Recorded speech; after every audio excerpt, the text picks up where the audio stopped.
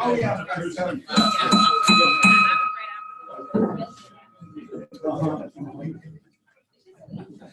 Good morning, everyone. Morning. Happy Rotary Thursday. It's great to see everyone here today. Morning. We're going to go ahead and get started. We're going to start with the invocation. Cynthia, would you mind leading us in the invocation, please? Please bow your head. Father, thank you for every seat that has been filled here today. For each mind and heart that fills the presence of this room, we thank you. Only you truly know what we are setting out to accomplish. We have an idea, a vision, hints, and daily instructions. We have talents, abilities, and time to work. However, only you can see in perfect detail the end of every beginning, every project, every season. Nothing is ever in vain, for even mistakes and missteps are used for good. Your righteousness transcends all our efforts and understandings. Forgive us for our pride. Set us free from comparison in order to work together effectively. Bless this meeting today, all those present, as well as the lives of those we will encounter afterwards. Ready us to make every moment count. In your name we pray. Amen. Thank you, Cynthia. And we have John who's going to lead us in the pledge.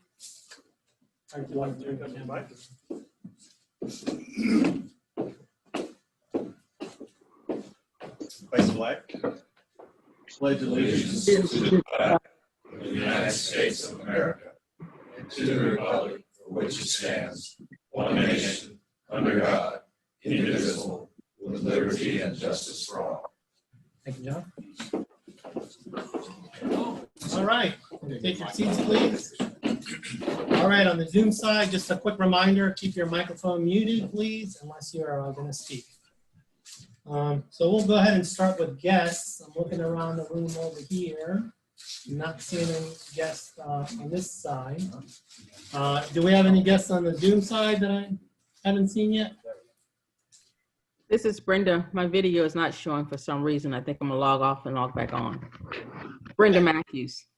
Yes, Brenda, thank you for joining us. Great to have you again. I think we're trying to set up a meeting with you, so that's going to be coming soon. Good morning. And Peter, Dr. Davis will join us again today. I don't know if she's on yet or not. Okay. I'm not seeing Dr. Davis on this screen, but she hopefully will join us within the next hour or so. Good. Do we have any visiting Rotarians? Roger's with us. Roger, welcome. Nice to have you. As always.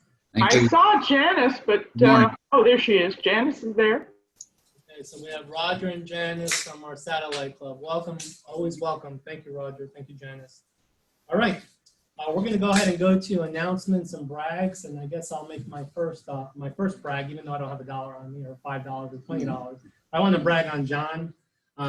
We had parrots this last weekend, and it exceeded my expectations. I think everybody in the club, hopefully it exceeded their expectations from doing nothing. We're thinking about doing nothing to doing what ended up happening. I'm not going to share any thoughts on the money. I think Alex is still putting that together. I just want to say it was a success. So.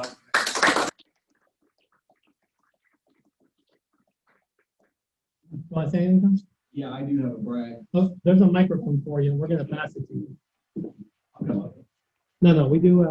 We're going to test this. Turn it on.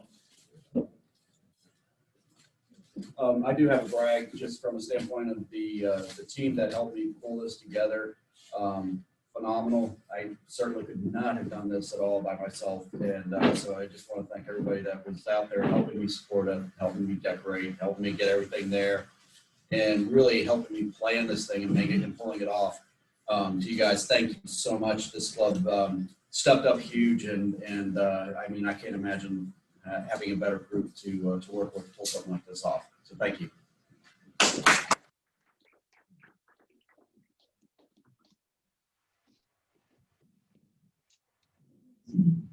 We got a small budget over here. We're on camera. Okay. Do we have any other announcements or brags? Just a quick question. Did the Zoom folks hear John speak right now when he had that microphone? You can give me a thumbs up if you heard him. Okay. I'm getting a thumbs up. Oh, good. We're testing a separate microphone. So, any other announcements or brags? Mine and Steve's 10th anniversary is tomorrow, and we've been serving you guys just that long.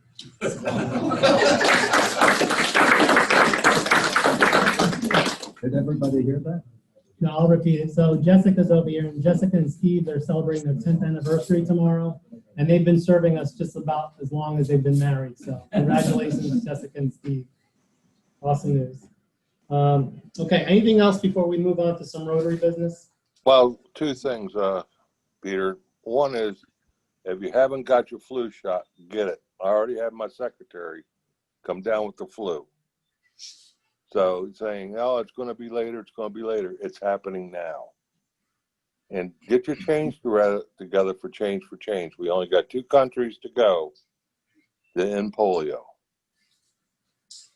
Thank you, Bill. And then Mark and I are going to be meeting next week on Monday to talk about Change for Change and start getting the campaign ramped up for October. So thank you for those that advice, Bill. Any other announcements and brags? All right. Let's move on to standing club business. I sent an email yesterday. There's a wheelchair ramp build this Saturday. If you're interested in helping the Greater Huntsville Club, I think they had about 15 people. Now they have 16. Tom Lemieux's going to help as well. I think they were looking for 3 more people. So if you're interested, just let me know and they'll send you the address. It's somewhere by Governor's Drive. I think it's a big one.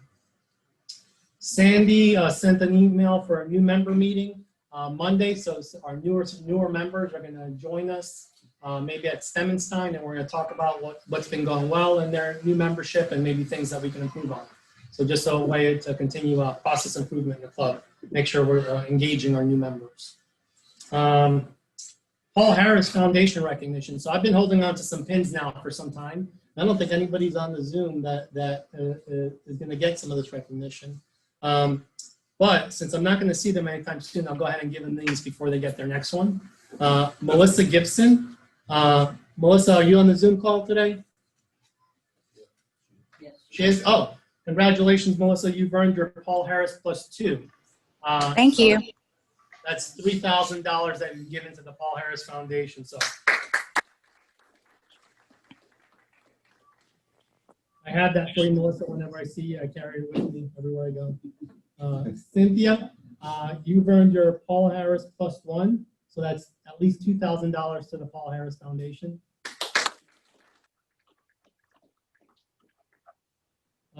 Jean has a big one here. I think this is as far as it goes. Jean has, so that's at least $9,000 to the Paul Harris Foundation. I think it's a pin with 3 sapphires, or maybe 3 rubies, if I got that correct. I think this might be the last pin that goes out. You can continue earning, but this is the last pin. So congratulations, Jean, if you're on the call.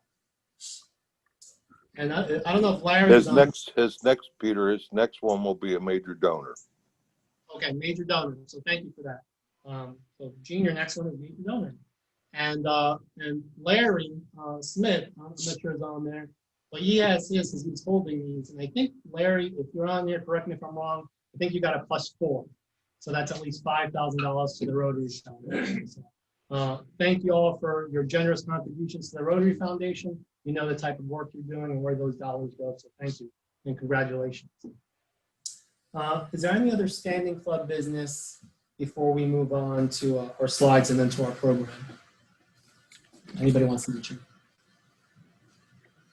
All right, I'm going to go ahead and pull up our slides.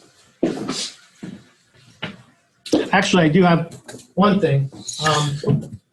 Bob, if you don't mind coming up here for just a second. So I'm not going to officially induct, we're going to social distance. I'm not officially going to induct Bob, but Bob is now officially a Madison Rotarian.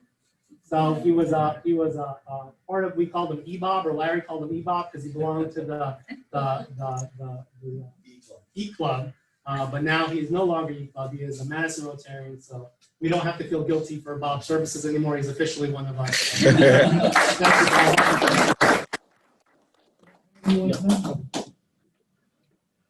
Yes, you should have gotten a message. The Greater Huntsville Club is doing a very large ramp build this Saturday, and they need some additional assistance. They've called upon a lot of members, but this is over 44 feet long. It's a switchback. And so anybody would like to volunteer to participate, please just let Pete know and we'll get that information to you where that ramp will be. But they would appreciate it. Thank you.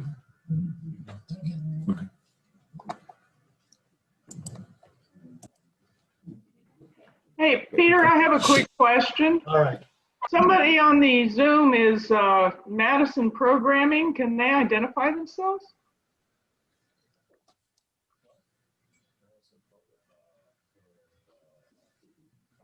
Never mind. Okay, we'll find out who Madison Programming is in a bit. Maybe check that Beijing. All right, next slide. All right, and I just wanted to talk a little bit about K-Tech. I know we helped Tim McMicken go over the edge. Thank you to everybody. He reached his goal. I think he had a goal of $1,500, and that goes to support K-Tech and the Kids to Love program.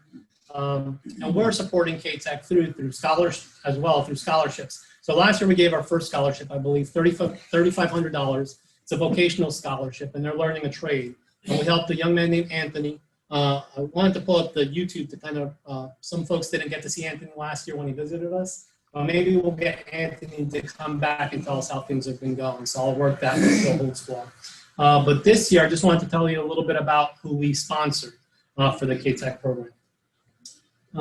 His name is Abo Akhmedov, and he was an intern for K-Tech. He's already done his robotics certification. His mother stays at home to take care of a young sibling, and his father got sick and was laid off due to COVID. Abo worked part-time attempting to raise the $3,500 needed to pay for the program that he needed to attend through K-Tech. He was able to set aside about $1,000 and applied for the scholarship. It's our scholarship. He graduated from Bob Jones in May of 2020. So K-Tech requested his financial information. He met the criteria. They reached out to us to see if we would sponsor Abo, and through Bill Holtzclaw and the board of directors, we did sponsor Abo. So he's going to go through that program thanks to our scholarship. That $1,000 he raised is going to go back to his family so he can help them in these difficult times. So that's just a couple of ways that we're helping out in the community as well. So maybe we'll get Abo to come by and tell us a little bit about that program once he graduates. Next one. All right, so we have a couple of birthdays. We got Mr. Dennis Sanders, who's joining us on the Zoom call. Tomorrow is Dennis's birthday. I don't know if Dennis wants to say how old he is, so 50s, 40s. Dennis, happy birthday, all the way in Florida, making it safe in Florida. Thank you, and I don't want to say how old I am. And then we have Larry, this Sunday, is celebrating a birthday. So congratulations, Larry, happy birthday. Remember anniversaries this week. This wasn't a popular week to join Madison Rotary Club. And we do have a special wedding anniversary. John and Desiree will be celebrating 31 years. John, this is your reminder. Something special. 31 years on the 23rd. So congratulations to John and Desiree.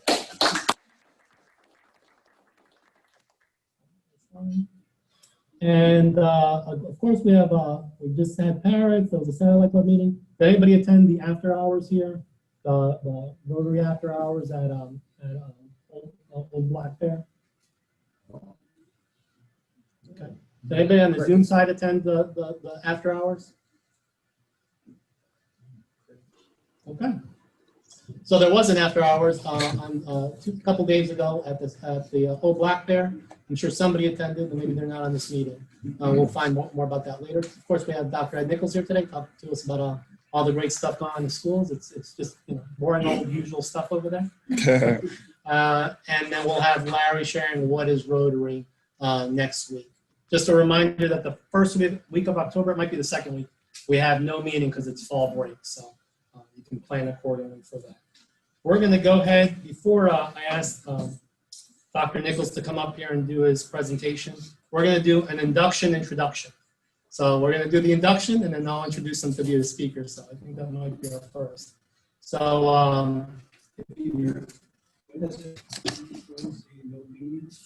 October 7th, so it's Thursday, maybe October 7th. I'm not sure if, but that's the week. Whatever week October 7th is no Rotary meeting that week. So I'm going to pull this microphone over here so I can come over here. And then just get it ready for his presentation. Yeah, you can pull that up, Fred, if you don't mind moving the camera. Let me see if this works a little bit. Dr. Nichols? Okay, so we have another new Rotarian over here. He's not a new Rotarian, but new to us, certainly. So Dr. Ed Nichols is, of course, the superintendent of our schools. He's been in the school business for a very long time, over 30 years. We're lucky to have him here in Madison. He's also been a Rotarian almost just that long. So he's a charter member of the Daybreak Club in Decatur. So sometimes since '94. He was also a member of the other clubs. So one club is 200 members. The other club is 50 members. So he's tasted a little bit of both sides of that. I asked him if he had a preference for a small club. And of course, as a true Rotarian, he said no preference. Service above self is what it's all about. So we're lucky to have Dr. Ed Nichols join our club. Welcome to the Madison Rotary Club. Thank you. And then Mark is not here. So Emily, Mark, can you pin this virtually? I think you sponsored Dr. Nichols. So we're going to get Emily to take your place and give Ed this new Madison Rotarian pin. No, just kidding. Just kidding. That was yesterday with the flu shot. I'm just kidding. She's a dentist. She's used to it. Okay, let's give Dr. Nichols a hand. I believe this will be yours. And we have Dr. Nichols who's going to talk to us a little bit about all the challenging times we're having at, in our school system and everything. They're doing a great job as a parent of a 7-year-old who's at Madison Elementary, 2nd grade. I get the emails every day. I know it's challenging, but everybody's doing their best. So, Dr. Nichols, please. Thank you. You can, yeah. I'm just going to stand over here. Good morning. Good morning. I really don't need one of these probably, but I know that folks need to hear. Ooh, I feel awful tall. And I probably don't need one of these being a high school principal and band director in an earlier life. I promise you I can quiet it. I can quiet a cafeteria and a gym without one. I can.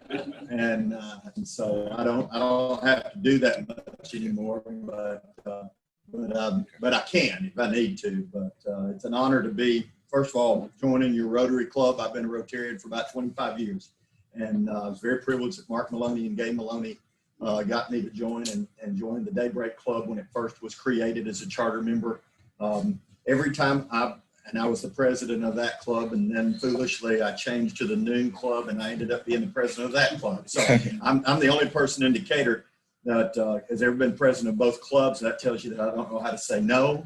And but it was a great experience for me.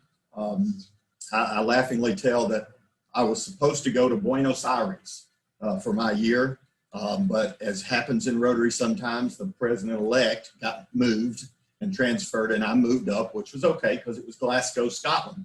And I was very excited to go to Scotland. I think that's in the right order. And then he got moved up. And so I had to move up and become the president another year earlier, and I got Indianapolis. But beautiful Indianapolis, nothing personal if you're from Indianapolis. But while I was in Indianapolis, they were taking the Rotarians and showing them the Indianapolis 500 and demonstrating cars for all the Rotarians every 90 seconds. Meow, meow, car would go by. Well, this was pre-cell phone, and my beeper went off, and it was the number of the central office in Decatur where the superintendent worked. And so I went to the payphone and got my AT&T card out, punched my number in. Some of you know what I'm talking about. Yep. And called, and Dr. Walters was the superintendent, and he said, Mr. Nichols, where are you? Of course, every 90 seconds, meow, meow, this noise would go by. He said, I need you in Decatur tomorrow at 4 o'clock. I said, well, sir, I'm at the Rotary convention in Indianapolis. He was a Kiwanian. And he said, I don't care. He said, we're hiring you to be the principal of Austin High School tomorrow. So I was the band director at that time, and he was going to move me from being the band director to being the principal. So I got in the car and we drove home. And so fast forward, I'm the president of the Decatur Club. And by the way, I was supposed to go to Thailand, Singapore, I think. Singapore was where I was supposed to go, but the president that was supposed to be the president, something happened and he had to back out, and this story continues, and I ended up in New Orleans, which is a great town, but unfortunately my daughter had a dance recital, so I didn't get to go to that one. But the week I was supposed to go there, I I got hired to be the superintendent of Decatur. So every time I get a Rotary president's position, I get a new job. And so So you're ready to take the, I'm not doing it here. Yeah. Real quickly about me, I was born in Anchorage, Alaska. My dad was in the Army, and then the Army Air Corps, and then the Air Force. He joined in 1937 and was in World War II in Korea. And I was born in Elmendorf Air Force Base in Anchorage, Alaska, and he retired in 1964. And we moved back to Tennessee, where my mother was from, and grew up in a little town called Maryville, Tennessee. And it was a great town to grow up in, small town America. Mayberry all the way. It's not that way today, but it was then. And I attended the University of Tennessee. So I'm sorry about that for you folks. I don't know why you don't like us. We lose to Alabama every year. So we do. And, but my dad was an Alabama fan, and I got a master's and bachelor's degree in music education at the University of Tennessee. And then started my teaching career in Tullahoma, Tennessee, and moved from Tullahoma to Decatur in 1988. And 30 years went by in a hurry. I was band director there, very privileged to have a great group, became the principal, assistant superintendent. So in 2016, I decided to retire after 30 years, thinking I was done.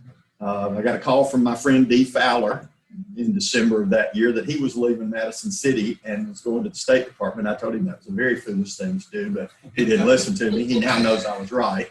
And he said, would you be interested in being the interim in Madison City?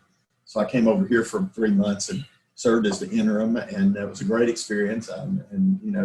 Met so many people that now I know even better. And then I started my own consulting firm and worked for 3.5 years doing strategic planning and leadership training across the country, and also worked for Decatur Morgan Hospital as their media relations and leadership trainer. In January of last year, I got a call from Michael Douglas, the superintendent in Decatur, and he said, Ed, my principal at Decatur High is leaving. I know you're busy. I know you're traveling, but would you consider being the interim principal this spring at Decatur High School? And you don't have to be there every day, but I just need somebody to man the ship, and I can't think of anybody but you. Well, my daughter was a junior at Decatur High, so I went over in her bedroom and said, is this okay? You know, the last thing you want your dad showing up as the principal. And she said yes, so I told him I would do it. And of course, never knowing what was going to happen in March, never knowing that all my consulting, 17 trainings I had would be canceled, the world just changed. But I walked the halls every morning. I sat in the cafeteria and I worked with teachers, and it reminded me that I've always had a first love, and that was being a teacher and working with kids and teachers. And maybe when I retired, there was some more to do.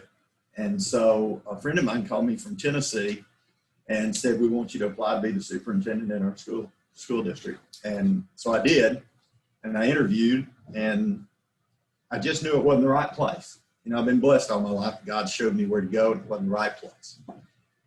So as we were driving back, my wife and I that night, we were going down 565, and I said, you know, Madison's got an opening for superintendent, and you know, I really enjoyed it when I was over there, and they may not want me, but you know, because I'm not 40 anymore, and I think I am, but I'm not, and so, but I think I'll apply. And I really think that the experiences I've had working at the hospital and traveling the country and working with economic development people will be something that will be useful to me, and my school background, I think that I will apply. But it's not God's will, it's just not it. Well, God had a plan. And so I'm very privileged and honored to be the superintendent in Madison. People say, why would you ever come back now in the midst of all this? And so Dee Fowler and I laughingly say that he's in Morgan County as the interim, that it's like Boy Scouts. You get little badges for things, and we wanted the COVID badge. So, you know, it has been a different year, and it has been challenging. You know, it's not easy, but, you know, I wake up every day. Grandfather Acuff was a Baptist preacher, and he said, every day above dirt's a great day. And if you choose to have a great day, you can. And so I find myself, my motto to my staff is, I'm the thermostat of the school district. When people are frustrated, I'm the one that turns the cool down. And when we need to get a little energy, I'm the one that cranks it up. My father used to tell a group, my father had those old ketchup bottles. Y'all remember they were just red before we had squeezable ketchup, and you had a mustard and you had a mayonnaise. And one day he said to me, he was a senior master sergeant, United States Air Force and Army, and so he led lots of people. And he said to me, you know what you get when you squeeze the ketchup bottle? And I thought that was about the stupidest thing I'd ever heard asked. And I was about 16, and I said, ketchup. And he said, you don't know that. You don't know what's in the bottle until you apply the pressure. Because I could have put mustard in the bottle.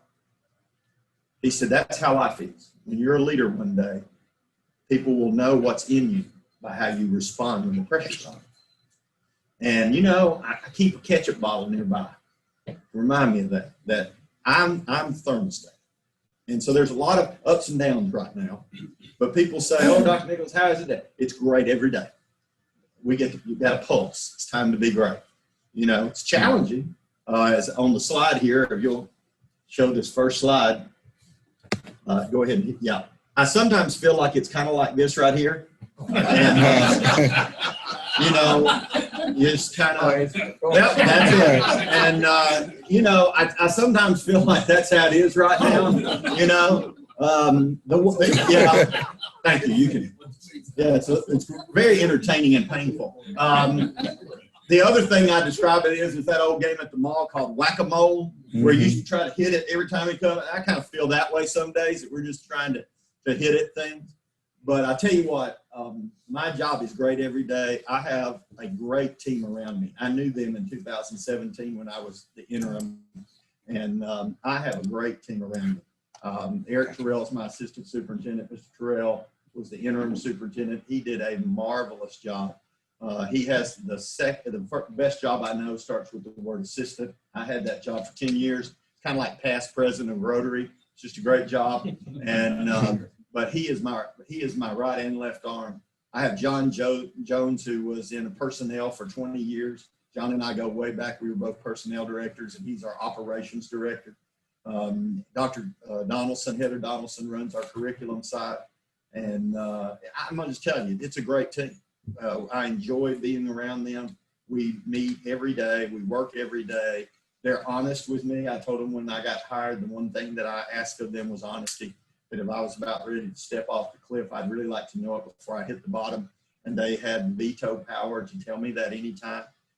So, you know, I really appreciate the fact that they work that way. We currently have about 11,800 students. That's a little bit up from where we started last year. As you know, most of the years, Madison City grows, and sometimes as much as 300 or 400 kids a year. This year, we're probably hovering on 200. We have 7,000, almost 8,000 of those that are school-based enrolled. That meant that when those elementary kids, we have 5,000 of them that are school-based. They came back to school in a rotation 2 weeks ago, and now they're back every day. This week, we started our middle schools back, so 2,600 middle school kids came back on an A-B rotation. Half of them on a Monday, half of them on Tuesday. We were off yesterday, and then half of them today and the other half tomorrow. But then we'll do that for about 2 weeks, and then they'll come back. And then our high school kids, about 4,000 or 63% of them, will start that process next week of coming back into school. Why did we do that? Because we wanted to make sure that as each of those substantial numbers of kids came back, all of our operations and maintenance staff could be focused on that grade level. So we could focus just on elementary, make sure our cleaning supplies were in place, kind of see what we were going to be dealing with. Middle school, now we can focus on them, take care of their needs. And then next week, we'll start with the high school folks. Has it been challenging? It has. You know, I try to explain to people, when 1,600 elementary, 900, almost 1,000 middle school, and 1,500 high school kids said they wanted to be vertical, we already had the schedules made for this year. So we had to completely start over in about a 2-week period and make schedules. And so we had about 30% of our teaching staff that wanted to be virtual due to maybe to health concerns. So we had to completely reschedule like every high school class. And our goal was to try to give every kid almost the same schedule that they had in school-based. And we were about 95% able to do that. Electives and everything. And I cannot tell you how hard that was, but our high school principals, our middle school principals, our elementary principals and their staffs did a tremendous job of trying to replicate that. Now we're getting ready to offer the elementary the opportunity for those 1,600 to come back at the 9 weeks. And there's a significant number of them that want to come back. We're going to have to reschedule again because we have virtual teachers and we have elementary teachers, virtual elementary, school-based elementary. We didn't outsource our virtual. All our virtual teachers are our virtual teachers unless they're taking classes through the state access by choice for a certain class. So we have our own teachers. We had many teachers who said, I've got a free block period. You know, I teach 3 periods and I have a planning period. If you need me to pick up a class on my planning period, I will. And so we have teachers who chose to be in school face-to-face for 3 blocks and then do a virtual block because they didn't want their kids to miss out on their class. So the sacrifice our teachers have made and our staff has been enormous to make sure our kids get and have what they want. What did we do to prepare for this? Well, we spent a lot of the federal money that we got on safety measures. We put a desk shield in every classroom. So there's a plexiglass desk shield on every desk in every classroom. Cloth masks for all students and adults, sanitizing supplies in every room. We have ionizer sprayers, at least 2 in the elementary school, more in the middle and high, and for every bus. So we spray down those. We actually have a spraying team. So if we have a positive case in a school, we go back into that school at night and spray it down again. We tried to distance. It's hard in Madison. You know, it's hard to distance those desks for 6 feet apart. And so I'm not going to stand here today and tell you we could do that everywhere. We can't. But we've tried. We've removed stuff from rooms and we have spread out desks as far as we can to try to distance that. And we have touchless water dispensers and we have ultraviolet carts for our laptops.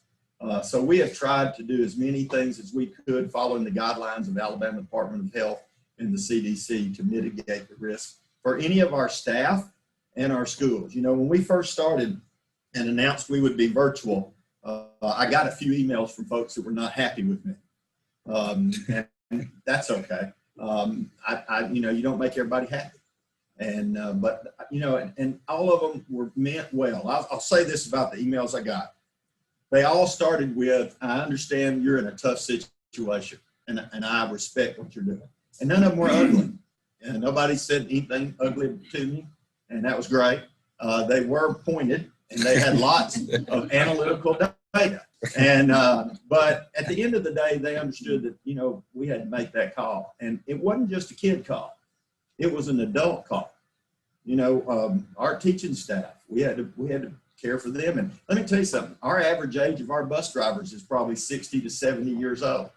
And a lot of them were scared about coming back. And if we lose 3 bus drivers, we don't have buses because there's no subs. By the way, if any of you are retired and want to get a bus license, it'd be great. I'll be glad for you too.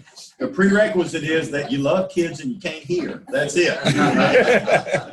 You won't love them if you can hear. Okay. So, but you know, if we lose a bus driver or 2, there are no subs. And so we have to be real careful about that so that we can continue to provide transportation. It wouldn't take but a couple and we would be in a bind. So next slide.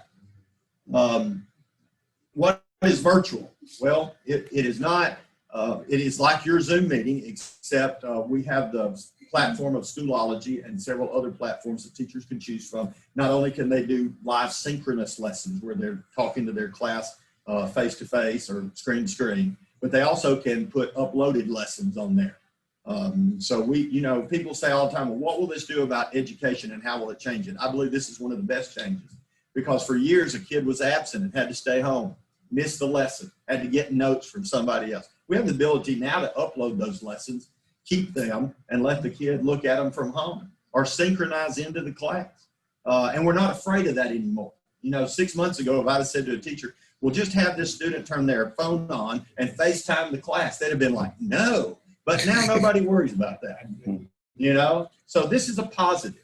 And going forward, I really believe it'll be great to help us tutor our kids. It will be great to help kids that have an issue of being out for a medical reason and keep those students getting the instruction that they need. And so we felt like one of the positives of starting virtual was that we could train every teacher in the district on the virtual platform. And so that was a positive. Everybody understands it now. So if something happens like it did in March and somebody shuts us down, we will be able to turn the switch and go right back to work. And so all of our teachers have that, and they are integrating several different software tools. So virtual has been good. It's had its challenges. I'm not going to sit here and tell you that we haven't had bumps in the road with that. It has had its challenge. When you start a statewide virtual platform with every school in the state simultaneously, y'all have been in business. You know what a new upgraded technology means. And it's no different in the school system. And so, but our folks worked hard. Daniel Witt, Thomas Payon are our leaders of our IT department. And I'm going to tell you, I don't know if they went home for 2 weeks. I really don't. I think they just lived at the central office. And they did everything they could to try to solve every issue that they could. And I tell you, they and their staff have done a tremendous job. We're moving quickly to a one-to-one, where we have ordered 5,000 using our federal money from CARES and GEARS from the federal government. We have ordered 5,000 new laptops. And if 2,500 are supposed to be in this week, and then next month another 2,500, and then every kid in Madison will have a laptop. Now, when we sent everybody home virtual, some kids are like my daughter. She's got a laptop. You know, I bought her a MacBook not long ago, so she didn't need the school. But now that we're coming back, that creates kind of a problem. Some folks don't want to bring their personal one, and I understand that. But, you know, once we get these 5,000 in the next 4 weeks, we'll have everybody. We won't need carts in the schools. We won't need anything. Every kid will have a laptop, and they'll be able to use that. And so this Schoolology platform and the virtual platform we have that every teacher understands now will become part of the everyday curriculum. So we're excited about that. We're getting Wi-Fi on buses. People ask, why Wi-Fi on buses? Well, some of our kids ride the bus in the afternoon a good bit of time. And some of them go home without Wi-Fi. So when they want to do their Schoolology homework on the way home, then they're on the bus an hour, then they can do it, because not every child has Wi-Fi. Now, we handed out about 300 Verizon hotspots to try to help those kids. But everybody in Madison doesn't have Wi-Fi. And so we're trying to help our kids. Plus, I was a band director. Sometimes you've got a late night ride home.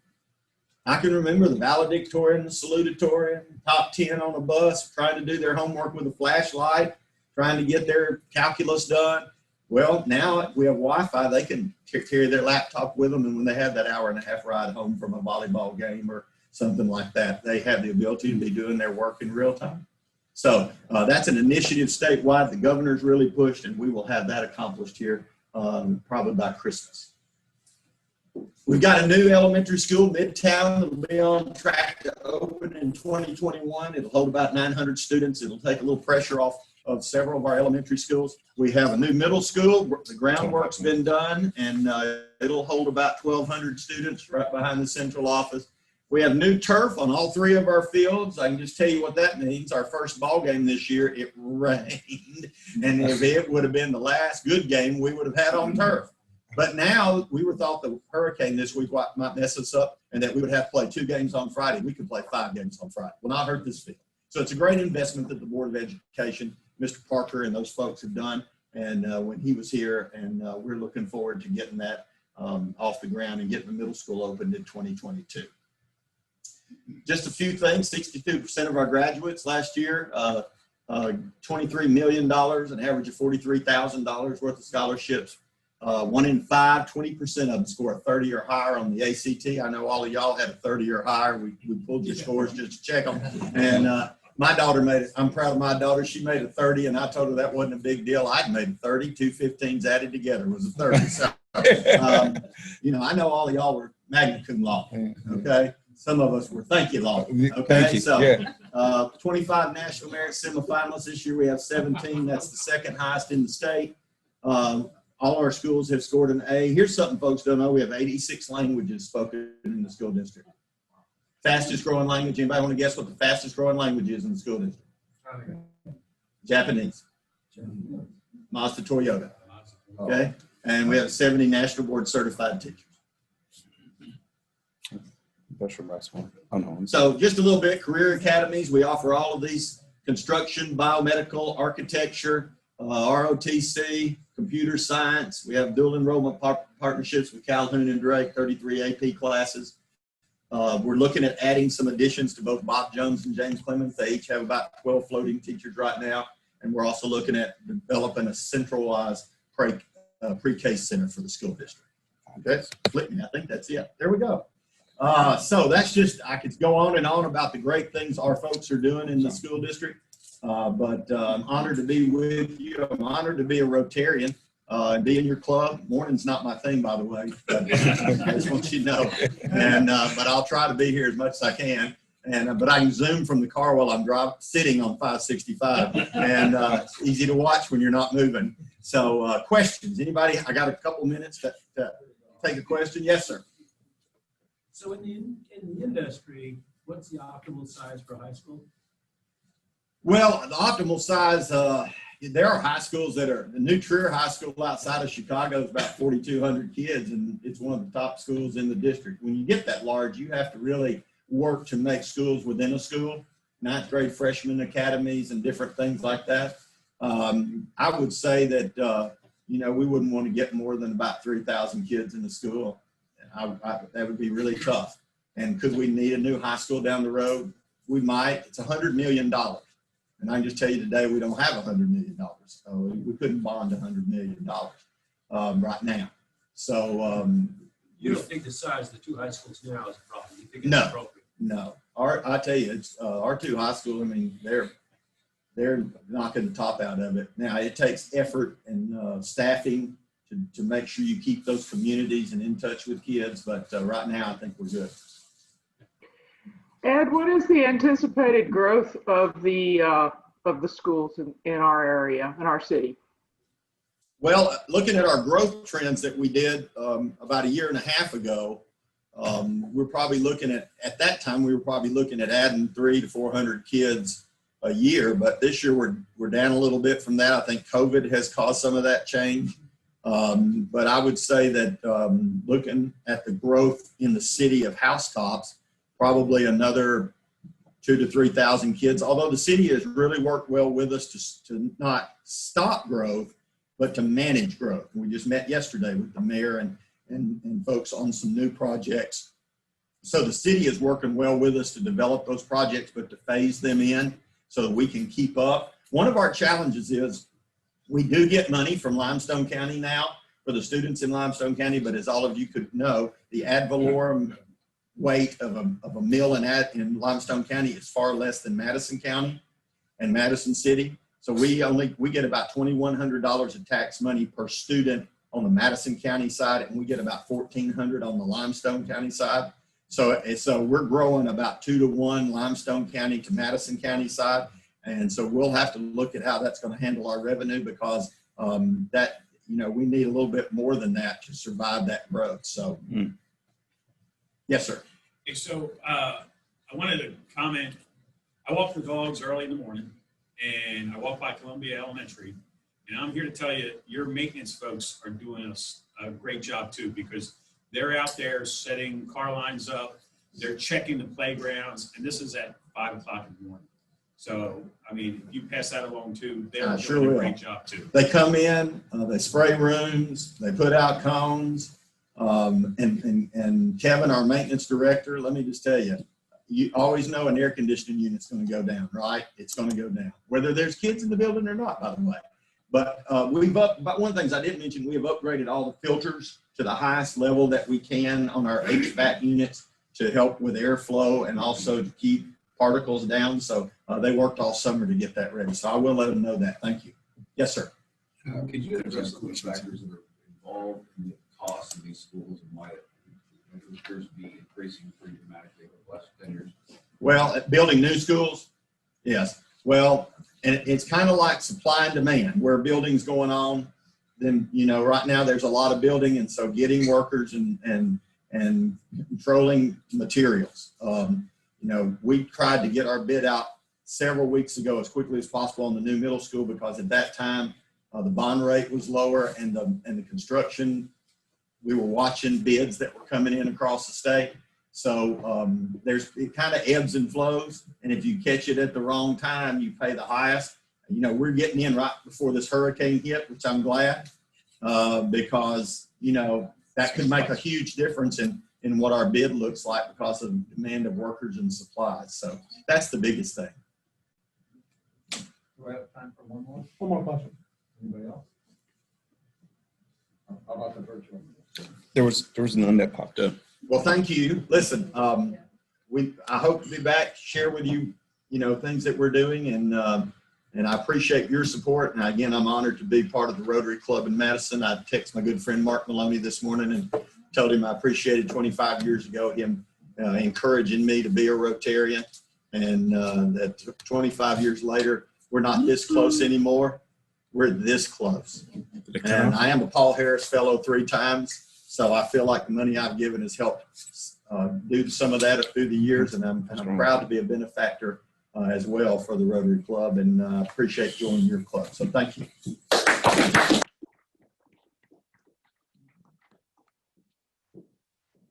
Thank you so much, Dr. Nichols, for that talk and telling us what's going on in the Madison City Schools. We appreciate you and your leadership and all your experience, and both as a superintendent and as a Rotarian. So we're lucky to have you both in both roles. With that said, is there anything else before we close? Yeah, Peter, Yes. can you hear me? Yes. Okay, just one quick reminder. I'm sure most of our club has done their duty with the census, but we're closing in. I think we've got just to the end of the month. And so if you haven't, please do so. It's very important for a lot of reasons that I won't go into. Thank you. Okay, thanks, Mark. All right, with that, we'll close with the 4-way test. Of the things we think, say, or do, first. Is it the truth? Second. Is it fair to all concerned? Third. Is it fair to all concerned? Will it build goodwill and better friendships? Thank y'all. Have a great day.